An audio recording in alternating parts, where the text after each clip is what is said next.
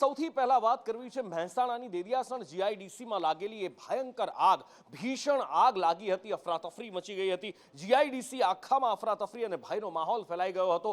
આગે જોત જોતામાં વિકરાળ સ્વરૂપ ધારણ કરી લીધું હતું। કલરની કંપની છે એમાં આ આગ લાગી હતી અને ત્યારબાદ આસપાસના પણ કેટલાક વિસ્તારમાં આગ ફેલાઈ હતી। બ્રિગેડ કોલ જાહેર કરવામાં આવ્યો હતો। ફાયર બ્રિગેડની ગાડીઓ ઉતરી આવી હતી। દૂર દૂર સુધી આગના ધુમાડા દેખાઈ રહ્યા હતા। કાળા કાળા ધુમાડાથી જાણે વાદળ ઢંકાઈ ગયું હતું। કિલોમીટરો દૂરથી આ આગના ધુમાડાના ગોટે ગોટા દેખાઈ રહ્યા હતા। ફાયર વિભાગે મહા મહેનતે કાબુ મેળવી લીધો છે। આગ કઈ રીતે લાગી હતી, અત્યારે શું પરિસ્થિતિ છે, તમામ વિશે જાણીએ પાયલ પાસેથી। પાયલ, જી ચોક્કસ, દેડિયાસણ જીઆઈડીસી 2 માં આગ લાગી હતી અને ઇંક બનાવતી ફેક્ટરીમાં આગ લાગી હતી। જ્યારે આગ 3 વાગ્યાની આગ લાગી હતી તો 3 કલાક જેટલો સમય લાગ્યો અને ત્યારબાદ છેલ્લા 7 જેટલા ફાયર ફાઈટર ત્યાં ઘટના સ્થળે પહોંચ્યા હતા અને ગમે કારણોસર આગ લાગી છે અને અત્યારે હાલમાં આગને કાબુમાં કરી લેવામાં આવી છે। જ્યારે મહેસાણા ફાયર ટીમ અને ઓનજીસીની ફાયર ટીમો દ્વારા આગને કાબુ લેવામાં આવી છે। જી નુપુર, અને આગળ વાત કરવી છે આઈપીએલ ફાઇનલની। આઈપીએલ ફાઇનલનો આ એવો મહા મુકાબલો છે જેનું આખું વર્ષ દર્શકો ખૂબ જ આતુરતાથી રાહ જોતા હોય છે ને એમાં પણ આ વખતે અમદાવાદમાં દુનિયાના સૌથી મોટા સ્ટેડિયમમાં આ ફાઇનલ રમાવા જઈ રહી છે। દર્શકોમાં ખૂબ ઉત્સાહ છે, પણ સેમીફાઇનલમાં જે થયું એ આ વખતે ફાઇનલમાં પણ થઈ શકે છે। જો કે સેમીફાઇનલમાં તો છેક 9:30 વાગે મેચ ચાલુ થઈ હતી। આ વખતે પણ અંબાલાલ કાકા આગાહી કરી રહ્યા છે કે મેચ વિલન બની શકે છે। ઓપરેશન સિંદૂરની થીમ ઉપર આ ફાઇનલની ક્લોઝિંગ સેરેમની થવાની છે। શંકર મહાદેવન દેશભક્તિના ગીતોથી સ્ટેડિયમ ગુંજવવાના છે, પણ એ પહેલા વરસાદ વિઘ્ન નાખી શકે છે। આજે તારીખ 3 જૂનમાં લગભગ બપોરના પછી હવામાન પડતો આવશે। રાતના ભાગમાં ક્યાંક હળવા ભારે વરસાદની શક્યતા રહેશે, ખાસ કરીને મધ્ય ગુજરાતના ભાગોમાં અને દરિયા કિનારાના ભાગમાં વધારે રહેવાની શક્યતા રહેશે। અમદાવાદ, ગાંધીનગરનું હવામાન પણ પલટાશે અને ક્યાંક વરસાદી ઝાપટું પડી જવાની શક્યતા રહેશે। હવામાન ખાતાની નોંધ તો જાહેર થઈ જ જાય છે, પરંતુ હમણાં રોજ હળવા ભારે વરસાદ થાય છે અને લગભગ અરબ સાગરના ભેજના કારણે સાંજના સમયે અથવા રાતના સમયમાં હળવો વરસાદ, ક્યાંક ભારે વરસાદ ઝાપટું પડવાની જાસ્તી રહે છે। તારીખ 6 સુધીમાં તો આમ તો હવામાનમાં પલટાવાની શક્યતા છે। આજે 3જી તારીખે થોડુંક વધુ હવામાન પલટાઈ રહ્યું છે અને શક્યતા છે, એટલે આ મેચમાં લગભગ સાંજના સમયે આવા વાદળો આવવાની શક્યતા છે અને રાતના ભાગમાં ક્યાંક હળવો ભારે વરસાદ થવાની શક્યતા છે। પછી તો મેચમાં વરસાદ વિલંબ થઈ શકવાની શક્યતા ગણી શકાય।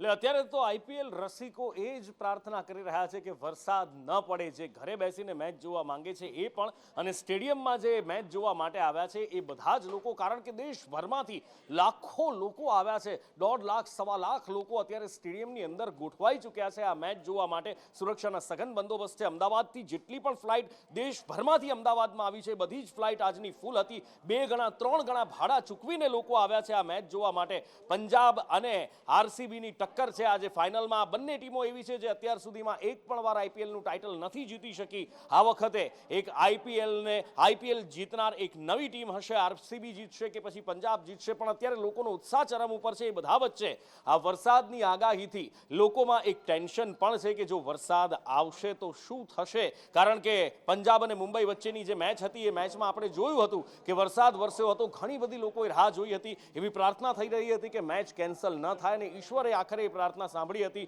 9:30 પછી એ મેચ શરૂ થઈ હતી અને લગભગ રાતના 2 વાગ્યા સુધી એ મેચ ચાલી હતી, જેમાં મુંબઈને કચડી અને પંજાબ ફાઇનલમાં પહોંચ્યું હતું। અને હવે વરસાદી વિઘ્નની પણ શક્યતા જોવાઈ રહી છે, કારણ કે અમદાવાદમાં હમણાં જ થોડા સમય પહેલા જ વરસાદી છાંટા પડ્યા છે। ઘણા બધા વિસ્તારોમાં વરસાદી છાંટા પડ્યા છે અને સાબરમતી વિસ્તારમાં પણ હળવો વરસાદ પડ્યો છે, ઝરફર વરસાદ વરસ્યો છે, પણ લોકોના ઉત્સાહમાં કોઈ ઓટ આવી નથી। સ્ટેડિયમથી મારી સાથે લાઈવ જોડાયા છે પ્રતિક પાસેથી જાણીએ કે ત્યાં કેવો ઉત્સાહ, ઉમંગ દેખાઈ રહ્યો છે। પ્રતિક,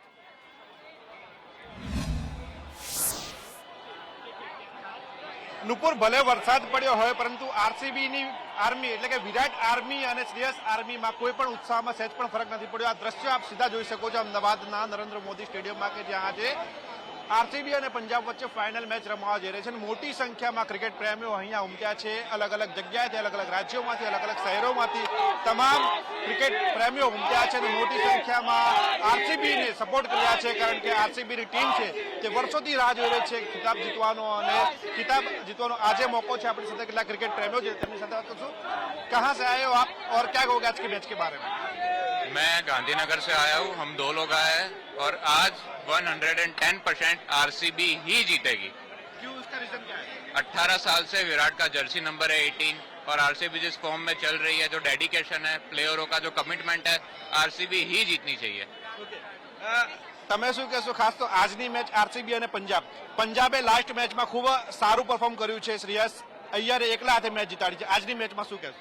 આજની મેચમાં તો આરસીબી માં વિરાટ ઉપર જ વિશ્વાસ છે કે વિરાટ રમશે એટલે બસ પૂરું. અમારા ગર્લ્સ માટે તો વિરાટ જ બેસ્ટ છે. તમે પણ આરસીબી ની ટોપી પહેરી છે, કેપ પહેરી છે, શું કહેશો આજની મેચમાં કેટલી રોમાંચક મેચ રહેશે ને વરસાદનું શું કહેવું છે? આજે બહુ જ રોમાંચક મેચ રહેવાની છે and we are having high hopes for RCB to win, specially Virat Kohli માટે, બીકોઝ જર્સી નંબર 18 અને this is 18th IPL, so we really wish કે વિરાટ કોહલી આજે જીતી જાય. ઓકે, વિરાટ કોહલી જીતે એવી તો સૌ કોઈ આશા રાખે છે, પરંતુ વરસાદ ન પડે તેની પણ આશા રાખીએ છીએ. વરસાદ વી કાન્ટ સે, બટ વી આર પ્રેઇંગ કે વરસાદ ના થાય. આજે રસ્તામાં તો વરસાદ આવ્યો હતો, બટ ભગવાનની કૃપાથી હાલ બંધ થઈ ગયો છે. મારો નાનો ભાઈ છે, એ 2 યર્સનો હતો ત્યારથી વિરાટ કોહલીનો ફેન છે, સો આજે specially we are here for him also. તમે શું કહેશો? તમે પણ આરસીબી ની ટી-શર્ટ પહેરીને આવ્યા છો. ઘણા બધા લોકો અહીંયા આરસીબી ને સપોર્ટ કરવા માટે આવ્યા છે, શું કહેશો આપ? આરસીબી જ વિન છે આજે, અને આરસીબી માટે જેટલા લોકોએ આટલા વર્ષથી ચીયર્સ કરેલું છે, આટલા વર્ષથી તપસ્યા જેવું થઈ ગયું છે, એ હવે શું છે એનો અંત આવવાનો છે. અને જે આજે જે માહોલ હશે, અંદર જે ડેસિબલ મીટર હશે, બરોબર છે, એની કોઈ અત્યારે લિમિટ નહીં હોય, બરોબર. અને જે કન્સિસ્ટન્સીથી આરસીબી રમેલું છે, અને જે કોહલી માટે જે 18 વર્ષથી જે એનું કન્સિસ્ટન્સી બતાવેલી છે, તો એના માટે, અને જે શ્રેયસ અય્યર છે એની બધા ચર્ચા વધારે કરે છે, પણ એના માટે પણ તોડ માટે ઘણી વસ્તુ છે. જે જો જેસલવુડ છે, બધા એના માટે they are prepared for that. And વરસાદ, રહી વાત વરસાદની, વરસાદ માટે રિઝર્વ ડે છે, તો એ અમારી ઉપાધિ નથી, એ બીસીસીઆઈ ની છે. તમે જેમ આરસીબી ને સપોર્ટ કરો છો, પંજાબને સપોર્ટ કરવા પણ ઘણા બધા લોકો આવ્યા છે, અને પંજાબ ટીમ પણ મજબૂત છે, કારણ કે મુંબઈ જેવી મજબૂત ટીમને હરાવીને તે લોકો ફાઇનલમાં પહોંચ્યા છે. તો આજની મેચ વિશે શું પ્રેડિક્શન કરો? કેટલી રસપ્રદ મેચ થશે આજની? ઓફકોર્સ રસપ્રદ મેચ થવાની જ છે. આઈપીએલ ફાઇનલ મેચ અને રસપ્રદ ના થાય તો એનો કોઈ મિનિંગ નહીં. અને જે ટક્કરની ટીમ હશે, જે મસલ પાવર વાળી જે ટીમ હશે, તો એમાં અમારા જે પ્રેક્ષકો છે એના માટે જોવાની વધારે મજા આવશે. અને જેમાં આરસીબી વિન થાય, જે વર્ષે પહેલો કપ મળે, અને એ રસપ્રદ ફાઇનલ ના થઈ હોય તો એના જેવી મજા કઈ.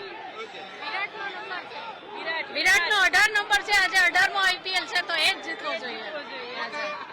સૌ કોઈ આશા રાખી રહ્યા છે વિરાટ કોહલી જીતે તેવી, અને નાના ભૂલકાઓ સહિત તમામ ક્રિકેટ પ્રેમીઓ અહીંયા મેચ ને જોવા માટે, નિહાળવા માટે આવ્યા છે. અને જોઈ શકાય છે કે મોટી સંખ્યામાં ક્રિકેટ પ્રેમીઓ અહીંયા ઉમટી રહ્યા છે. જ્યાં જગ્યા મળે ત્યાંથી તેઓ ગ્રાઉન્ડમાં પ્રવેશવાના પ્રયાસ કરી રહ્યા છે, કારણ કે આજની મેચ ખૂબ જ હાઈ વોલ્ટેજ રહેવાની છે. બંને ટીમો છે તે વર્ષોથી આ મેચ માટે રાહ જોઈ રહી હતી, અને આ મેચ આજે આવી છે, અને આજે તેમની પાસે સમય છે કે તેઓ પોતાનું ટાઇટલ છે તે કબજે કરે. આ પંજાબ કિંગ્સના એક यस पंजाब टीम ने सपोर्ट कर रहे हो, कहाँ से आए हो और क्या सर? मैं पुणे से आया हूँ, मैं पंजाब को सपोर्ट कर रहा हूँ और पंजाब को ही सपोर्ट करूंगा, पंजाब जीतेगा आज. ओके, ग्राउंड में देखा जाए तो आरसीबी के भी बहुत सारे फैंस हैं, आरसीबी की टी-शर्ट पहन के भी सब सपोर्ट करने के लिए आए. आप किस तरह से सपोर्ट करोगे टीम को, और आज की मैच के लिए क्या प्रेडिक्शन कर रहे हो? देखो सर, प्रेडिक्शन क्या, मैं देखता नहीं हूँ. दोनों टीम है, पावरफुल है, अच्छा खेल रहे हैं. हमारा फेथ पंजाब की तरफ से, पंजाब मारेगा. आरसीबी के फैन बहुत है. ग्राउंड खेल में हो, दिल तो पंजाब के साथ है. हाँ, तो पंजाब जीतेगा, मतलब जीतेगा सर. पंजाब जीतेगा, भाई जीतेगा, भाई पंजाब जीतेगा, जीतेगा भाई, जीतेगा सर. विराट कोहली का मैं उनको गॉड मानता हूँ, बेस्ट क्रिकेटर है. 18वां साल है, जर्सी नंबर 18 है, पर नहीं होंगे सर सक्सेस. पंजाब ही मारेगा. 96 है श्रेयस अय्यर सर. आज की मैच में की प्लेयर कौन सा रहेगा पंजाब का, जो पंजाब को जीत दिलाएगा? कप्तान साहब रहेंगे, हमारे सरपंच साहब श्रेयस अय्यर. 90+ मार सकते हैं. ओके, विराट कोहली पे भी ज्यादा दारोमदार रहेगा. सेंचुरी मारेंगे पर हारेगी टीम. તમામ ક્રિકેટ પ્રેમીઓ છે ને ભારે ઉત્સાહ જોવા મળ્યો છે. જોઈ શકાય છે મોટી સંખ્યામાં સમર્થકો અહીંયા પહોંચી રહ્યા છે, પોતપોતાની ટીમને સપોર્ટ કરી રહ્યા છે. આપ કહાં સે આए और किसको सपोर्ट कर रहे हो? हम अहमदाबाद से ही है. ओके, किसको सपोर्ट कर रहे हो? आरसीबी, શું રીઝન છે આરસીબી ને સપોર્ટ કરવાનું? विराट कोहली. ઓકે, સામે શ્રેયસ અય્યર પણ છે, જેને પણ ખૂબ મોટી સંખ્યામાં લોકો સપોર્ટ કરી રહ્યા છે અને શ્રેયસ અય્યરે ખૂબ સારી ઇનિંગ રમી છે. શું કહેશો? બહુ સરસ રમે છે શ્રેયસ અય્યર. આટલી બધી ટીમ્સને જીતાયું, બધું કર્યું, જીતે પણ અમારી પાસે વિરાટ કોહલી છે, જીતેશ શર્મા છે. અમે આરસીબી ને જ સપોર્ટ કરીએ છીએ. ઓકે, તમે શું કહેશો આજની મેચ કેટલી રસપ્રદ રહેવાની છે? કારણ કે બંને ટીમ પાસે કી પ્લેયર છે કે જે બંને ટીમને વિજેતા બનાવી શકે છે. આજ હોઈ શકે જીતવાનું વિરાટ કોહલી જ છે. હું ઈચ્છું છું કોહલી આજે સેન્ચુરી મારે અને આરસીબી ટ્રોફી લિફ્ટ કરે એટ દેન વો આરસીબી. આરસીબી ને તમે મોટા ફેન છો, ખાસ તો ગ્રાઉન્ડમાં મોટી સંખ્યામાં આરસીબી ના સમર્થકો જોવા મળે છે. તમે કેમ સપોર્ટ કરશો આરસીબી? હું માળા લાઈ છું, માળા જપીશ આરસીબી માટે. મારાથી શું ફરક પડશે? જીતી જશે. અનુષ્કાએ કીધું છે નામ લેને સે સબ હોતા હૈ. સેમ વસ્તુ નીતાબેન કરતા હતા, આજે શિવાની કરશે.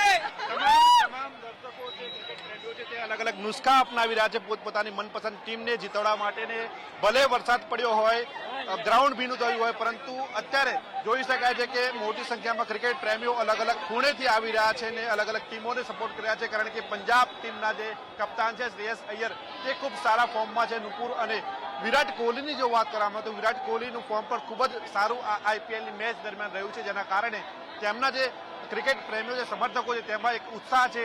તેમને વિશ્વાસ છે કે કોહલી આજની આ ફાઇનલ મેચમાં સારું પ્રદર્શન આપશે અને આરસીબીની ટીમને વિજેતા બનાવશે. જો કે બંને ટીમો પાસે ચાન્સ રહેલો છે કે આજનું ટાઇટલ જીતવાનું અને સૌ કોઈ આશા રાખી રહ્યા છે કે આજની મેચમાં વિરાટ કોહલી જીતે. કારણ કે મોટી સંખ્યામાં બેંગ્લુરુથી તેના સમર્થકો આવ્યા છે.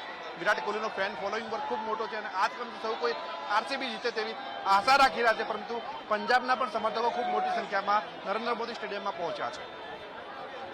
જબરજસ્ત રસપ્રદ મુકાબલો આજે થવાનો છે, પણ વરસાદ વિલન ન બને એવી આશા છે. કારણ કે એક ઝાપટું તો પહેલા જ પડી ચૂક્યું છે નરેન્દ્ર મોદી સ્ટેડિયમમાં સાબરમતી વિસ્તારમાં, ને એની સાથે સાથે આખા અમદાવાદમાં ઝરફર વરસાદ વરસ્યો છે. ક્યાંક ભારે ઝાપટા પણ પડ્યા છે. અમદાવાદનું વસ્ત્રાપુર હોય, બોળકદેવ હોય, એસજી હાઈવે હોય, પશ્ચિમ વિસ્તારમાં અને સાથે સાથે પૂર્વ વિસ્તારમાં પણ કેટલીક જગ્યાએ વરસાદી ઝાપટા પડ્યા છે. અને અંબાલાલ કાકાની પણ આગાહી છે કે સાંજના સમયે કાળા વાદળો ઘેરાશે અને શક્યતા છે કે વાદળો વરસશે. પણ આશા રાખીએ કે મેચમાં એ વરસાદ વિઘ્ન ન બને. બપોરે ઝાપટું પડ્યું છે અને બપોરે ઝાપટું પડ્યા પછી મેઘરાજા ખમૈયા કરી લે. અમદાવાદમાં આજે અસહ બફારા બાદ સાંજ ટાઈમે વરસાદની શરૂઆત થઈ છે. અમદાવાદની અંદર મોટેરા સ્ટેડિયમમાં આજે આઈપીએલની ફાઇનલ મેચ પણ છે. તેવા સંજોગોમાં વરસાદ પડતા મેચ રસિકોમાં પણ ચિંતાનું મોજું ફરી વળ્યું છે. કારણ કે અમદાવાદના મોટા ભાગની અંદર આજે વરસાદ થયો છે અને હજુ પણ હવામાન વિભાગે આગાહી કરી છે કે આવનારા સમયમાં વરસાદ પડવાની પૂરી શક્યતાઓ છે. જ્યારે એક તરફ મોટેરા સ્ટેડિયમમાં ક્રિકેટ મેચનું પણ આયોજન છે. તેવા સંજોગોમાં ક્રિકેટ રસિકોમાં પણ ચિંતાનું મોજું ફરી વળ્યું છે. મહત્વનું છે કે હવામાન વિભાગે આગાહી કરી હતી કે આવનારા દિવસોમાં અમદાવાદ સહિત ગુજરાતમાં છૂટો છવાયો વરસાદ પડશે. તેમજ આજે સાંજે અમદાવાદની અંદર વરસાદી વાતાવરણ રહેશે. તે મુજબ આજે અમદાવાદની અંદર અત્યારે વરસાદ પડી રહ્યો છે અને અમદાવાદની અંદર હજુ સાંજે વરસાદ પડે તેવી પણ પૂરેપૂરી શક્યતાઓ છે. કેમેરામેન મેહુલ પટેલ સાથે જયંતિ ચૌધરી, સંદેશ ન્યૂઝ, અમદાવાદ. એટલે એક બાજુ નૈઋત્યથી ચોમાસાનું આગમન થયું છે અને બીજી બાજુ દેશના ઈશાન ખૂણામાં તરખાટ મચી ગયો છે. હિમાલયની ગોદમાં જે રાજ્યો વસેલા છે, રાજ્યો અત્યારે ત્રાહિમામ પોકારી ચૂક્યા છે અને એમાં પણ સેવન સિસ્ટર્સ પૂર્વોત્તરના રાજ્યોમાં જાણે કુદરતે ખાના ખરાબી કરી નાખી છે. મણિપુર, અસમ, સિક્કિમ, અરુણાચલ પ્રદેશમાં જાણે કે ખરેખરમાં કહેર આવી ગયો હોય, તાંડવ થઈ રહ્યું હોય એવું દેખાઈ રહ્યું છે. જળ તાંડવ સ્થળ ત્યાં જળ થઈ ગયું છે. લોકોને જવું તો જવું ક્યાં, નદીઓ ગાંડી તૂર બની છે. કેવો કહેર છે, સંજય પાસેથી જાણીએ. જે અત્યારે પૂર્વોત્તરના રાજ્યોમાં સ્થિતિ ખૂબ જ વણસેલી છે. કારણ કે એક બાજુ પૂરની આફત છે તો બીજી બાજુ લેન્ડસ્લાઇડના કારણે થઈને પરિસ્થિતિ ખૂબ જ વિકટ બની ચૂકી છે. અત્યાર સુધી 40 લોકોના મોત નિપજી ચૂક્યા છે. એ ઉપરાંત અનેક લોકો ફસાયેલી હાલતમાં પણ છે. કારણ કે પૂરની કારણે એક જગ્યાએથી બીજી જગ્યાએ સ્થળાંતર કરવું પણ ખૂબ જ અઘરું વિકટ બની ચૂક્યું છે. મણિપુર, અસમ, સિક્કિમ, અરુણાચલના તમામ વિસ્તારો છે એ બેહાલ છે. કારણ કે નદીઓ ઉફાન ઉપર છે અને લેન્ડસ્લાઇડના કારણે થઈને લોકો અનેક વખત મુશ્કેલીનો સામનો પડ્યો છે. અસમની અંદર 4 લાખ લોકો પ્રભાવિત છે અને 10 લોકોના પૂરની અંદર મોત થઈ ચૂક્યા છે. છેલ્લા 72 કલાકથી સતત વરસાદ પડી રહ્યો છે, તેના કારણે પણ લોકોને હાલાકીનો સામનો કરવો પડ્યો છે. મણિપુરની અંદર 19,000 લોકોને તેની અસર થઈ છે. અરુણાચલમાં પણ 10 લોકોના મોત થયા છે અને 23 જિલ્લામાં 156 ગામો પૂરથી પ્રભાવિત થયા છે. અસમની અંદર જે પરિસ્થિતિ વધુ ને વધુ વિકટ બની રહી છે, કારણ કે લખીમપુર વિસ્તારની અંદર અનેક વિસ્તારો છે જ્યાં ગળાડૂબ પાણી ભરાયેલા છે. સરકાર ઉપર પણ પ્રશ્નો ઉઠી રહ્યા છે કે સતત વરસાદના કારણે અનેક આટલા વર્ષોથી વરસાદથી પ્રભાવિત થતા હોય છે, તો અગાઉથી કેમ એ પ્રકારની વ્યવસ્થા ન કરી કે લોકોને મુશ્કેલીનો સામનો ન કરવો પડે. અનુપુર. અને અત્યારે પહાડો તૂટી રહ્યા છે પૂર્વોત્તરના રાજ્યોની અંદર, જાણે કે ખરેખર કુદરતનું તાંડવ જોવા મળી રહ્યું છે. અને આ બાજુ જમ્મુ કાશ્મીરને એ બાજુ વાતાવરણ ખુશનુમા જોવા મળી રહ્યું છે. અને આ બધા વચ્ચે વડાપ્રધાન નરેન્દ્ર મોદી જમ્મુ કાશ્મીરની મુલાકાતે જવાના છે. ઓપરેશન સિંદૂર એ પહેલા પહેલગામ હુમલો ને એનો જવાબ, જડબાતોડ જવાબ ઓપરેશન સિંદૂર. એ પછી વડાપ્રધાન નરેન્દ્ર મોદી જમ્મુ કાશ્મીરની મુલાકાતે જઈ રહ્યા છે. ઓપરેશન સિંદૂર પછી પહેલીવાર વડાપ્રધાન જવાના છે અને વડાપ્રધાન જ્યારે ત્યાં જવાના છે તો ઘણી બધી ભેટ સોગાદો પણ લઈને સાથે જઈ રહ્યા છે ને એની સાથે સાથે ત્યાં રોડ શો પણ થાય એવી શક્યતાઓ પણ જોવાઈ રહી છે. હિરેન પાસેથી વિસ્તારથી જાણીએ. હિરેન.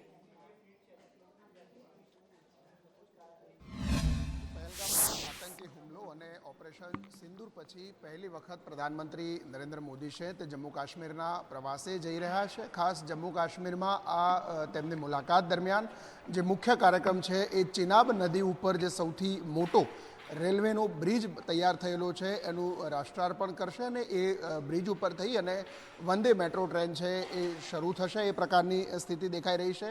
6 જૂનના રોજ પ્રધાનમંત્રી નરેન્દ્ર મોદી આ જમ્મુ કાશ્મીરના પ્રવાસે જવાના છે. ચિનાબ નદી ઉપર વિશ્વનો સૌથી ઊંચો આ બ્રિજ છે કે જેના પરથી રેલવે પ્રસાર થશે. એ બ્રિજનું લોકાર્પણ અને રાષ્ટ્રાર્પણ પ્રધાનમંત્રી નરેન્દ્ર મોદીના હસ્તે કરવામાં આવશે. જમ્મુ કાશ્મીરના કટરામાં પ્રધાનમંત્રી નરેન્દ્ર મોદી છે એ જાહેર સભા પણ કરશે અને આ બ્રિજ તૈયાર થવાથી પહેલી વખત રેલવે છે એ કટરા થઈ અને આગળનો વિસ્તાર જે છે કે ત્યાં જશે અને શરૂઆતમાં પહેલા જ દિવસે આ બ્રિજ ઉપરથી સંભવતઃ મેટ્રો ટ્રેન એટલે જે વંદે ભારત મેટ્રો છે એને પણ દોડાવાય તે પ્રકારનું આયોજન કરવામાં આવી રહ્યું છે.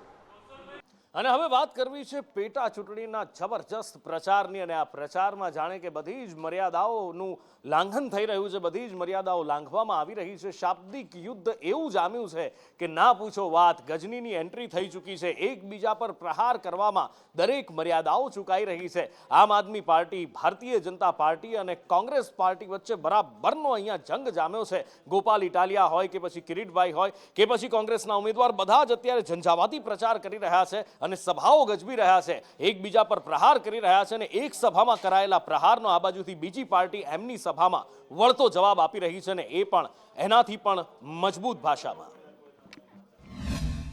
કોઈ જમાનામાં ઓલો મોહમ્મદ ગજની આખું દળ કટક લઈને આવેલો હતો. ભાજપના બધા ગજની અહીંયા આવવાના છે. વિસાવદર બેસાણમાં દળ કટક આખું આવશે. આખા ભારતના નેતાઓ ખટારા ઠાલવવાના છે. ગામમાં માણાડીક નેતા ઉતારવાનું નક્કી કર્યું છે ભાજપ વાળાએ. પોલીસનો પાવર વાપરશે. ગુંડાઓ, બુટલેગરો, માફિયાઓ, તોડબાજો, અધિકારીઓ, મામલતદારો, ડીડીઓ, મંડળીના માણસો તમામનો દુરુપયોગ કરી અને આ ગજનીના વારસદાર ભાજપના માણસો આ વિસાવદર ભાંગવા આવવાના છે. દોસ્તો, વિસાવદર બચાવી લેવાનું છે. ભેસાણ આપણે બચાવી લેવાનું દોસ્તો, ભાંગવા નથી દેવાનું. મારી વિનંતી છે. બે પાર્ટી, કોંગ્રેસ પાર્ટી હોય કે આમ આદમી પાર્ટી હોય, આ બધાની શું વર્તણૂક છે. હમણાં જેમ ભાલાડા સાહેબે કહ્યું એમ કે મન ફાવે તેમ બોલવું. તમે મને કહો, આપણે અહીંયા ઉપસ્થિત અને આપણે તમામ મતદાર ભાઈઓ બહેનો અહીંયા ઉપસ્થિત ભારતીય જનતા પાર્ટીના સનિષ્ઠ કાર્યકર્તાઓ, શું આપણે મોહમ્મદ ગજનીની ઓલાદ છીએ? શું આપણે મોહમ્મદ ગજનીના વારસદારો છીએ? આનો જવાબ આગામી 19 તારીખે મતપેટીમાં તમારે આપવો પડે. ભારતીય જનતા પાર્ટીના તમામ કાર્યકર્તાઓને એમ કહે છે કે આ બધા તો શાળિયા જેવા છે, આવા છે. પછી એવું કેવું બોલે છે કે ચૂંટણી આવી છે એટલે ભાજપના મોહમ્મદ ગજનીઓ સડી આવી છે. મિત્રો, કાળાવડ મને રૂબરૂ પાદર ભેગા થઈ ગયા ગોપાલભાઈ ઇટાલિયા. મેં એને કીધું તમે આવું બોલો છો તો મોહમ્મદ ગજનીની જેમ તો તમે સડી આવ્યા છો. આપના ઉમેદવારો કેટલાય લડે એમ છે ચૂંટણી. તમારે ભાઈ એવું શું જરૂર? મોહમ્મદ ગજની તો તમે છો, ભાજપ વાળા નહીં. અને બીજું ઈ એવી રીતે તમે બધાને એમ કહો કે શાળિયા જેવા ના અંતે મેં કીધું આ ભાઈ ગોપાલભાઈ આ વિસાવદર તાલુકો છે, વિસાવદર વિધાનસભા સીટ છે, આ બીજું કંઈક થઈ જાય અને ચૂંટણી બંધ હોતી રહે.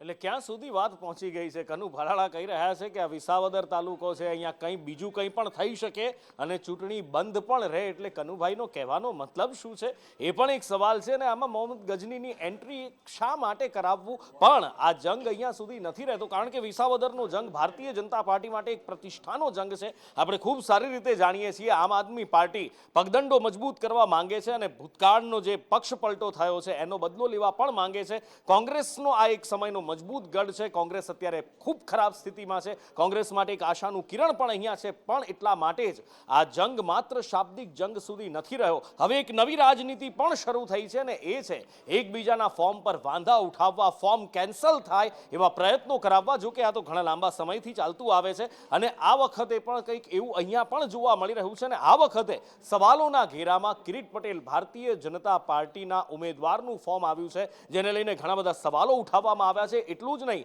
આમ આદમી પાર્ટીએ તો છેક કોર્ટ સુધી લડત આપવાની પણ તૈયારી બતાવી છે.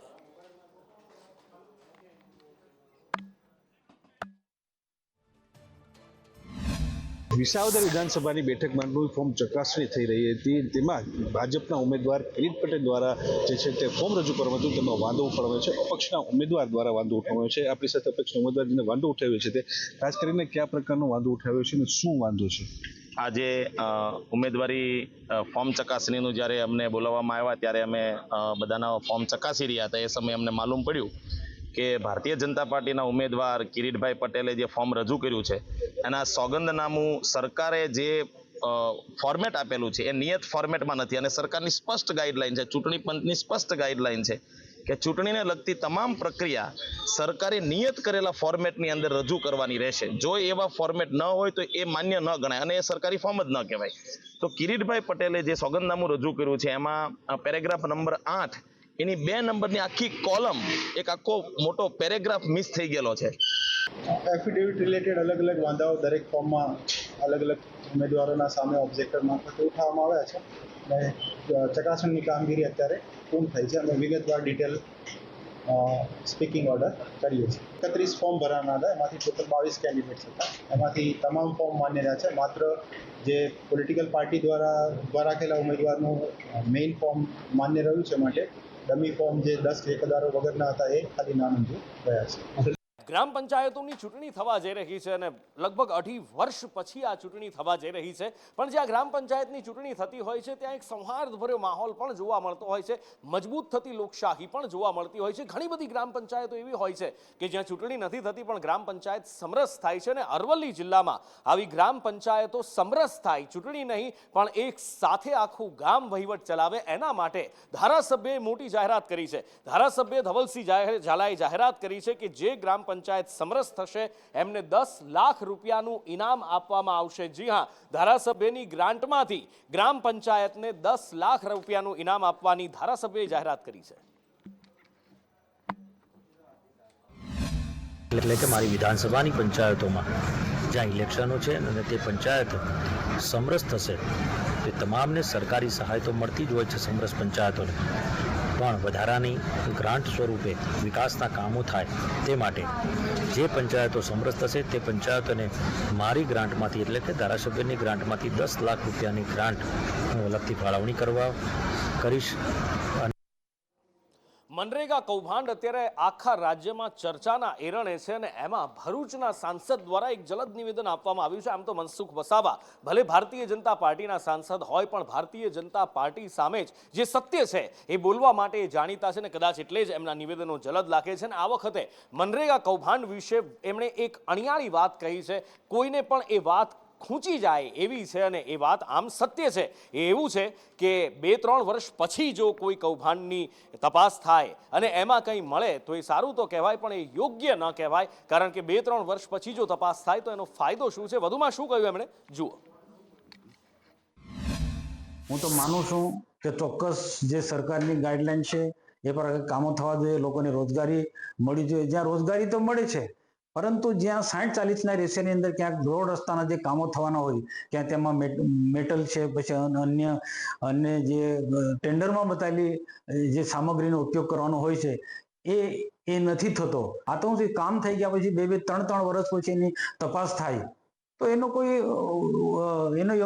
સારી રીતના તપાસ થવાની પણ નથી. આમાં કેટલાક આખર પછી નીચેના માણસો મરી જાય, જે મોટા જે માણસો આમાં ઇન્વોલ્વ છે તો બચી જવાના છે. બધાની જવાબદારી ફિક્સ કરવી જોઈએ. ગડબડ થઈ તે માટે બધા જવાબદાર છે.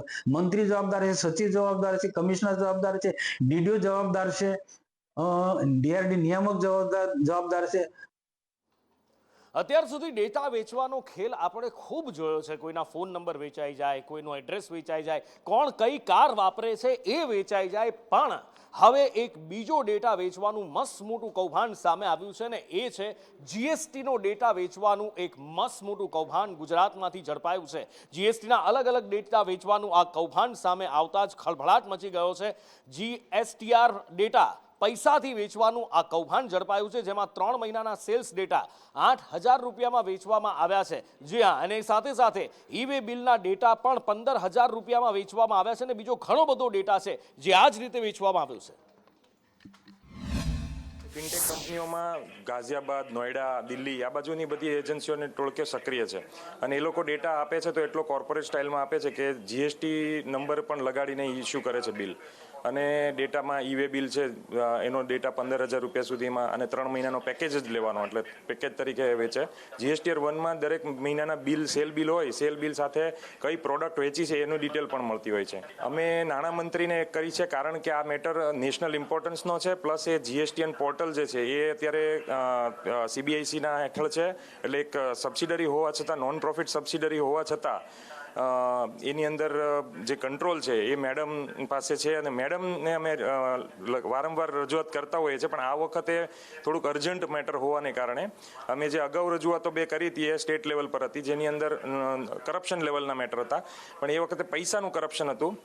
આ વખતે ડેટા અને જે બધાનો વિશ્વાસ છે એને રિલેટેડ કરપ્શનની મેટર વાત આવી છે. અમે લોકો ફાઇનાન્સ મિનિસ્ટ્રી અને પોલિસી મેકરને મેસેજ પાસ ઓન કરવા માંગીએ છીએ. There are number of loopholes are lying in GST portal and all. એમાંથી એ લોકો ડેટા બ્રીચ કરી અને સિક્રેસી, પ્રાઇવેસી જે બ્રેક કરી અને ડેટાને બધાને મીન્સ વેચે છે, જેને લઈને ઘણા બધા બિઝનેસ કોપી પેસ્ટ થઈ શકે છે અને security concern at national level portal પર થઈ રહ્યો છે. એના માટે થઈને કાસનો એક મેસેજ પાસ ઓન છે ટુ પોલિસી મેકર. કઈ વસ્તુ ક્યાંથી આવે છે, કઈ વસ્તુ ક્યાં જાય છે, એ બધાનું જ આ લોકો ડેટા પ્રોવાઈડ કરતા હોય છે. એટલે સસ્તો માલ છે એ બી ડમ્પિંગ થઈ શકે છે. પબ્લિક ટ્રાન્સપોર્ટ કોઈ પણ શહેરની જીવાદોરી છે, એની ધમની કહેવામાં આવે છે, મુખ્ય નસ કહેવામાં આવે છે, ધોરી નસ કહેવામાં આવે છે. કારણ કે એક સામાન્ય વ્યક્તિ, મધ્યમ વર્ગીય વ્યક્તિ, ગરીબ વ્યક્તિ માટે એ જ ટ્રાન્સપોર્ટેશનનું એકમાત્ર સાધન છે. પણ જ્યારે એ એમાં જાય તો એમાં એ હળધૂત થતો હોય, એને યોગ્ય સેવા ન મળતી હોય તો એના ઉપર કાર્યવાહી થવી પણ ખૂબ જરૂરી છે. સુરત મહાનગરપાલિકા દ્વારા આખરે આ પગલું ભરવામાં આવ્યું છે. છેલ્લા 17 મહિનાના કેટલાક આંકડા સામે આવ્યા છે, જેમાં સિટી બસના ડ્રાઈવર, કંડક્ટરને સસ્પેન્ડ કરવામાં આવ્યા છે. 1,000 કરતાં વધારે એવા કંડક્ટરને પણ સસ્પેન્ડ કરવામાં આવ્યા છે કે જેમના દ્વારા લોકોને, મુસાફરોને હેરાનગતિ કરવામાં આવતી હતી. કોઈને ટિકિટ ના આપવામાં આવે, કોઈની સાથે અભદ્ર વર્તન કરવામાં આવે, એવા 1,032 કંડક્ટરને હાંકી કાઢવામાં આવ્યા છે. પણ દુર્ભાગ્યવશ આટલી કાર્યવાહી કરવા છતાં પણ હજી પણ આ સિલસિલો અટકતો નથી. મુસાફરોની હેરાનગતિનો સિલસિલો હજી પણ ચાલે છે. ત્યારે સવાલ એ થાય કે કેટલા કંડક્ટરોને હાંકી કાઢવા, કેટલા કર્મચારીઓને નવા લેવા, એ અસમંજસમાં અત્યારે સુરત મહાનગરપાલિકા છે. लाइसेंस आई कार्ड सब दो गाड़ी खड़ी है, तेरे को तू इतना तो तेरे को ब्रिज से पूरा टर्न मार के जाना है तो सीधा डाल के चला गया. नहीं साहब, उधर से सब मारते हैं. इसको मैं पहली बार नहीं मारा हूँ, सब उधर से गाड़ी में पोजीशन के टिकट नहीं सूझे. टिकट છે આપેલી છે. એનો સુપરવાઇઝર બી છે અંદર.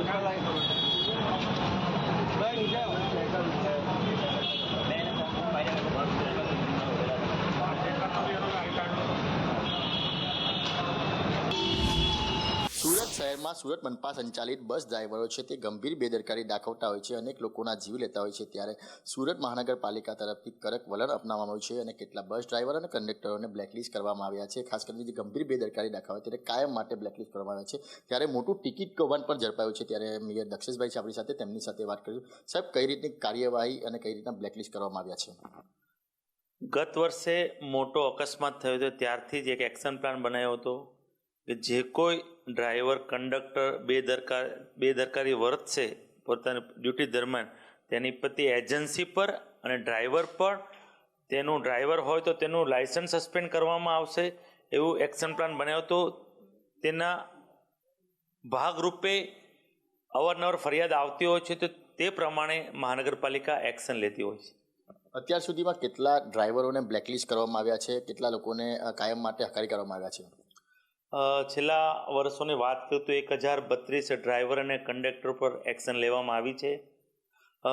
મહાનગરપાલિકા દ્વારા આરટીઓમાં પણ જે ડ્રાઈવર પર એક્શન લે તેના લાયસન્સ પણ સસ્પેન્ડ કરવા માટે પ્રોસેસ કરેલી છે. તેની એજન્સી ઉપર અને કંડક્ટર પર એફઆઈઆર કરવામાં પણ આવશે. બિલકુલ. તો અગાઉ પણ જે રીતના જે બસ જે ચાલકો છે તે બેદરકારી દાખવતા હોય છે ને ખાસ કરીને વાત કરીએ તો કંડક્ટર છે તે પેસેન્જરોને ટિકિટ નહીં આપતા હોય છે, જેને લઈને મહાનગરપાલિકાની તિજોરીને લાખો કરોડો રૂપિયાનો ચૂનો ચોપાડતા હોય છે. ત્યારે હવે જો આવા કોઈ પણ કંડક્ટર પકડાશે તો એફઆઈઆર સુધીની જે કહેવાય કે ફરિયાદ કરવામાં આવશે. કેમેરા પર્સન ભૂષણ ચૌધરી સાથે મનીષ પરમાર, સંદેશ ન્યૂઝ, સુરત. સુરત મહાનગરપાલિકા દ્વારા એક આ સરાહનીય પગલું ભરવામાં આવ્યું છે, પણ હજી પણ વધુ કડક કાર્યવાહીની જરૂર છે, કારણ કે કેટલાય એવા બેફામ ડ્રાઈવરો છે જે અકાળે લોકોના જીવ લઈ લેતા હોય છે. અને એટલા માટે જ હવે ટ્રાફિક પોલીસે પણ વધારે સતર્ક બનવાની જરૂર છે અને ટ્રાફિક પોલીસ પણ સુરતમાં આધુનિક બની રહી છે, વધારે સતર્ક બની રહી છે. ટ્રાફિક પોલીસ દ્વારા એક મોટો નિર્ણય કરવામાં આવ્યો છે. તમામ જે સ્પીડ ગન છે એને અપડેટ કરવામાં આવી છે. લોકોના ઈ ચલાણ પર તાત્કાલિક સ્થળ ઉપર જ આપી દેવામાં આવશે અને સ્પીડમાં વાહન ચલાવનાર વિરુદ્ધ દંડની કાર્યવાહી કરવામાં આવશે. સ્પીડ ગનને અપડેટ કરવામાં આવી છે. એની સાથે સાથે ટ્રાફિક એસીપીએ બીજી મહત્વની વાતો પણ કહી કે કઈ રીતે સુરતનો ટ્રાફિક વિભાગ અપગ્રેડ થઈ રહ્યો છે અને નિયમો તોડનારને કઈ રીતે કાયદાનો પાઠ ભણાવવામાં આવશે. સ્પીડ ગનથી લોકોને ઈમેલમાં જનરેટ કરવામાં આવતા હતા, એમાં હાલ અમે એને અપડેટ કરી અને આ જે સ્પીડ ગન છે એને વન નેશન વન ચલણ સાથે ઇન્ટિગ્રેટ કરી છે, જેથી જે પહેલા ઈમેમો આવતા જે સ્પીડ ગન મારફતે આપવામાં આવતી, જે લેટ આવતા, હાલના તબક્કે જે પણ ઈમેમો આવશે એને ઈ ચલણ માધ્યમથી એને ઇન્ટિગ્રેટ કરવાથી તાત્કાલિક આવશે. એટલે આ સ્માર્ટ શહેરોની નિશાની છે, પણ શહેરો ગમે એટલા સ્માર્ટ હોય, જ્યારે વરસાદ આવે ને ત્યારે આ બધી જ સ્માર્ટનેસ ધોવાઈ જતી હોય છે. આ બધી જ મોટી મોટી વાતો હવાઈ પણ જતી હોય છે અને લોકો પણ આ જ વાત કહી રહ્યા છે. એમાં અમદાવાદ મહાનગરપાલિકાનું કહેવું છે કે આ વખતે અમદાવાદ મહાનગરપાલિકા ઇન્ડિયન મેટ્રોલોજીકલ ડિપાર્ટમેન્ટ એટલે કે આઈએમડી પાસેથી વરસાદનો ડેટા લેશે અને એ પછી એ નક્કી કરશે કે ક્યાં કયા વિસ્તારમાં કેટલી કામગીરીની જરૂર છે અને ક્યાંય પાણી ન ભરાય એની તકેદારી રાખવામાં આવશે. આવી મોટી મોટી વાત કરવામાં આવી છે, પણ શું છે કે પાછલા અનુભવો, પાછલી હેરાનગતિએ, હાલાકી, ઘૂંટણ પાણીમાંથી ચાલીને જવું, એમાં નિકોલમાં વગર વરસાદે ગટરના પાણી ભરાવા, આ બધું જે લોકોએ સહન કર્યું હોય એ શહેરીજનો ખૂબ સારી રીતે જાણતા હોય કે આ હવામાં છોડવામાં આવેલા ગપગોળા છે, આ ખિસ્સા ભરવાના ખેલ છે, બીજું કંઈ જ નથી. અને આ વાત અમે નહીં, શહેરીજનો કહી રહ્યા છે. અમદાવાદીઓનો મહાનગરપાલિકાના તંત્ર પર કેટલો વિશ્વાસ છે એ તમે જાતે જ જોઈ લો. અમદાવાદ મ્યુનિસિપલ કોર્પોરેશન દ્વારા પ્રી મોન્સૂન એક્શન પ્લાન તૈયાર કરી દેવામાં આવ્યો છે, જે અંતર્ગત અમદાવાદ શહેરમાં 147 જેટલી જગ્યાઓ ડિટેક્ટ કરવામાં આવી છે કે જ્યાં વોટર લોગિંગની સમસ્યા સર્જાઈ શકે છે. પ્લાનિંગ શું છે એ હજુ એ લોકોને ખબર જ પડતી નથી. ફક્ત ને ફક્ત તાઇફાઓ કરે છે અને આપણે જોઈએ છે કે આ વિસ્તારની અંદર ચાહે હાટકેશ્વર સર્કલ હોય, જોગેશ્વરી રોડ હોય, ભગવતી રોડ હોય કે આ સત્તાધાર સોસાયટી રોડ, આ વિસ્તાર એટલો બધો પાણીની અંદર ગરકાવ થઈ જાય છે. આ તો ખાલી એના પેપરમાં આગલા વર્ષ તો પેપરમાં આવેલું હતું કે 120 જગ્યા પાણી ભરાવે છે, પણ અત્યારે તો એવું થઈ ગયું છે અમરાઈવાડી વિધાનસભામાં તો કોઈ પણ સોસાયટી એવી નથી કે ચાલ્યો નથી કે જ્યાં પાણી ભરાવતું નથી. ખાલી આ લોકોનું લોકોને ખાલી ગુમરાહ કરવામાં આવે છે અને પૈસાઓના દ્વાળા કરવામાં આવે છે. વરસાદનો માહોલ થાય ત્યારે ઠેર ઠેર ખાડાઓ પડી જાય છે. લોકો જ્યારે રસ્તામાં પસાર થાય છે ત્યારે ખાડામાં પડી જાય છે. એવી અનેકો ઘટનાઓ દર વર્ષે આવે છે અને આપણે જ્યારે કહેવા જઈએ કે ભારતનું 3જા નંબરનું સૌથી મોટું બજેટ એ આપણું એએમસીનું બજેટ છે, એ છતાંય દર વખતે આખા અમદાવાદમાં પાણીમાં આખું અમદાવાદ આવી જાય છે. એ સંભાવનાઓ લોકો વ્યક્ત કરતા જોવા મળી રહ્યા છે. કેમેરા પર્સન મનીષ વાણિયા સાથે આયુષી યાજ્ઞિક, સંદેશ ન્યૂઝ, અમદાવાદ.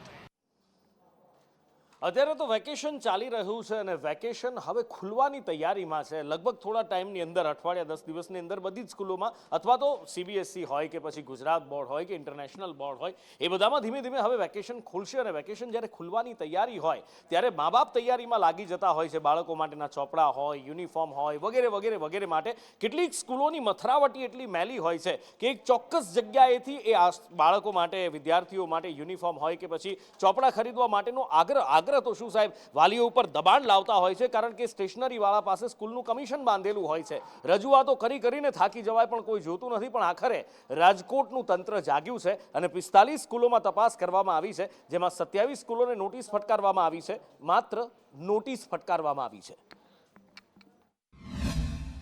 અઠવાડિયામાં 42 જેટલી શાળાઓની અમે મુલાકાત કરી છે અને એમાંથી 25 જેટલી શાળાઓને અમે નોટિસો આપેલી છે. આ શાળાઓમાં મહાત્મા ગાંધી ઉડાન સ્કૂલ, વાસુદેવ વિદ્યાલય, આરાધના વિદ્યાલય, મોદી સ્કૂલ, સર્વોદય સ્કૂલ, તપોવન સ્કૂલ, ખોડાપીપળ હાઈસ્કૂલ, કૃષ્ણા વિદ્યાલય, જ્ઞાનદીપ વિદ્યાલય, શુભમ ગ્લોબલ, વિપુલ વિદ્યાલય, રામકૃષ્ણ વિદ્યાલય, નિવરાજ શૈક્ષણિક સંકુલ, રાજકુમાર, કિરોલ પ્રાથમિક શાળા, વિનય મંદિર, સહજાનંદ વિદ્યાસંકુલ, ઉમા માધ્યમિક શાળા અને રાધિકા પ્રાથમિક શાળા, આટલી શાળાઓની છે. અમે સંપૂર્ણપણે એક જ નોટિસમાં 3 થી 4 મુદ્દાઓ પણ આવરી લીધા હોય, એટલે અત્યારે હાલ જે 25 શાળાઓને નોટિસ આપવામાં આવી છે અને હવે આપને લઈ જવા છે અયોધ્યા, પ્રભુ શ્રી રામની નગરી, કે જ્યાં રામલલા નિજ મંદિરમાં પોતાના ભવ્ય મહેલમાં બિરાજિત થયા છે. પણ હવે બીજો પ્રાણ પ્રતિષ્ઠા મહોત્સવ શરૂ થયો છે. આખરે શું છે આ બીજો પ્રાણ પ્રતિષ્ઠા મહોત્સવ, સોનલ પાસેથી જાણીએ. નુપુર, જ્યારથી રામલલ્લાની પ્રાણ પ્રતિષ્ઠા થઈ છે ત્યાંથી દેશ વિદેશથી ભગવાન રામના દર્શન કરવા માટે લોકો આવી રહ્યા છે. ત્યારે રામ મંદિરમાં પ્રથમ માળે રામ દરબારનું જે અત્યારે પ્રાણ પ્રતિષ્ઠા છે તેનું આયોજન થઈ રહ્યું છે. વહેલી સવારે 6:30 વાગ્યાથી રામ દરબારમાં જે વિવિધ ભગવાન છે તેને પ્રસ્થાપિત કરવામાં આવી રહ્યા છે. 101 પૂજારીઓ અને 1975 જેટલા મંત્રોચ્ચાર કરવામાં આવી રહ્યા છે. રામ રક્ષા સ્ત્રોત, હનુમાન ચાલીસા અને અન્ય ભક્તિ ભજનના પાઠ અત્યારે થઈ રહ્યા છે. અને રામ દરબારનું જે પ્રાણ પ્રતિષ્ઠા છે તે આગામી 5 દિવસ સુધી ચાલવાનું છે. જી, IPLની ફાઇનલ મેચ અને એ પણ અમદાવાદના આંગણે દુનિયાના સૌથી મોટા સ્ટેડિયમ નરેન્દ્ર મોદી સ્ટેડિયમમાં રમાવા જઈ રહી છે. વરસાદનું એક ઝાપટું પડી ચૂક્યું છે, સ્ટેડિયમ ભીનું છે, પણ ત્યાં જોવા આવેલા લાખો લોકોનો ઉત્સાહ અત્યારે ચરમ ઉપર છે. જબરજસ્ત માહોલ નરેન્દ્ર મોદી સ્ટેડિયમ બહાર દેખાઈ રહ્યો છે. લાખો લોકોની જનમેદની છે અને સ્ટેડિયમમાં અત્યારે એન્ટ્રી ચાલી રહી છે. જબરજસ્ત અત્યારે સપોર્ટ્સ દેખાઈ રહ્યા છે. કોઈ RCBને સપોર્ટ કરી રહ્યું છે, કોઈ પંજાબ કિંગને સપોર્ટ કરી રહ્યું છે. આ બંને ટીમ એવી છે જે એક પણ વખત અત્યાર સુધી IPL ટાઇટલ નથી જીતી.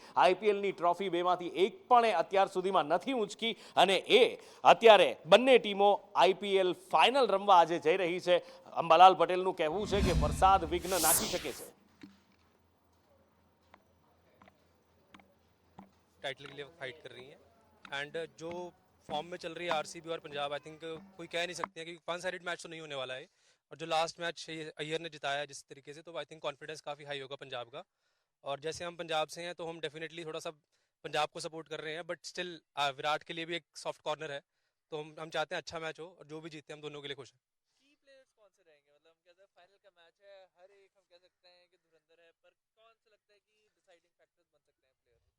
मेरे हिसाब से पंजाब के लिए श्रेयस अय्यर और अर्शदीप सिंह, ये दोनों इम्पैक्ट हो सकते हैं प्लेयर. एंड RCB के लिए for sure Virat and Hazlewood definitely one of the key players रहेंगे. दोनों तरफ हो सकता है, बट जो अपनी नर्व्स होल्ड करेगा और अपना मेंटली स्ट्रांग रहेगा, आई थिंक वो टीम जीत जाएगी मैच. विविध